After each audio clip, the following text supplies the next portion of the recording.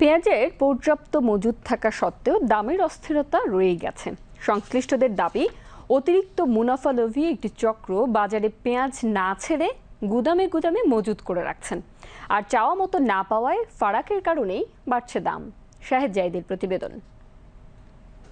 বাজারে পেঁয়াজের দরদামের অস্বাভাবিকতা রয়েই গেছে। লক্ষ্যমাত্রার চেয়ে বেশি উৎপাদনের পরও অস্থির হয়েই আছে পেঁয়াজ বাজার। কয়েকদিনের ব্যবধানে দেশের কোথাও কোথাও পেঁয়াজের দাম হয়ে আছে দ্বিগুণ। এই দাম অস্বাভাবিক বলছেন পাইকারি বিক্রেতারাও। বর্তমানে পেঁয়াজ বিক্রি হচ্ছে 60 টাকা, 58 টাকা, 55 টাকা।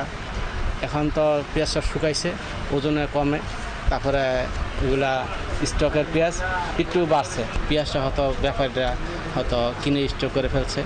তবে বাজার বিশ্লেষকদের ভাষ্য, এই ক্ষেত্রে বিদেশ থেকে আমদানি কমে যাওয়াকে অজুহাত হিসেবেই ব্যবহার করছে ব্যবসায়ীদের একটি চক্র। সংশ্লিষ্টদের দাবি, অতিরিক্ত মুনাফালোভী এই চক্র পেঁয়াজ বাজারে না ছেড়ে গুদামে গুদামে মজুদ করে রাখার কৌশল অবলম্বন করে চলেছেন। ফলে কৃত্রিম সংকট তৈরি হচ্ছে। আর এই সব কারণেই পেঁয়াজের বাজারে এই রকম বাড়তি ঝাঁঝ জিয়ে আছে।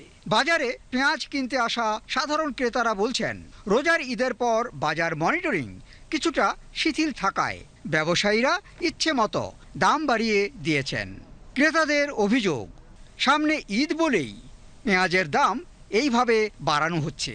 কোরবানকে উপলক্ষে যদি গভর্নমেন্ট যদি বাজারটাকে নিয়ন্ত্রণ করতে পারে, বিশেষ করে সিন্ডিকেট ব্যবসায়ী যারা আছে, এই সিন্ডিকেটটাকে যদি বাংলাদেশ থেকে যদি উৎখাত করতে পারে, তাহলে এদেশের সাধারণ মানুষ অবশ্যই সরকারকে সহযোগিতা করবে।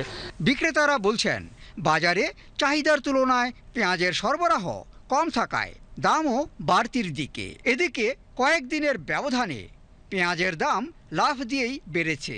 গুদামজাতের কারণেই পেঁয়াজের দর বাড়ছে দাবি কোনো কোনো ব্যবসায়ীর।